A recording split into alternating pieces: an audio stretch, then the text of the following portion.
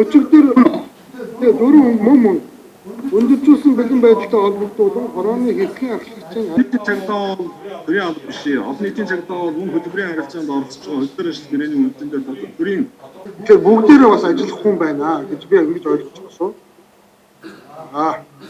Өөр асуулт асуух хэрэгүүлэгч юм байна уу?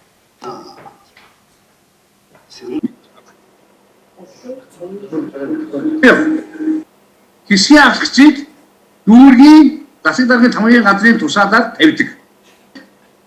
Нийслэлийн засаг даргын тамгын газрын ажилтан гэж бий болгоё гэдэг. Ер нь бол энэ асуудал яг бүх юм хуулийн дагуу явагдаж байгаамаа.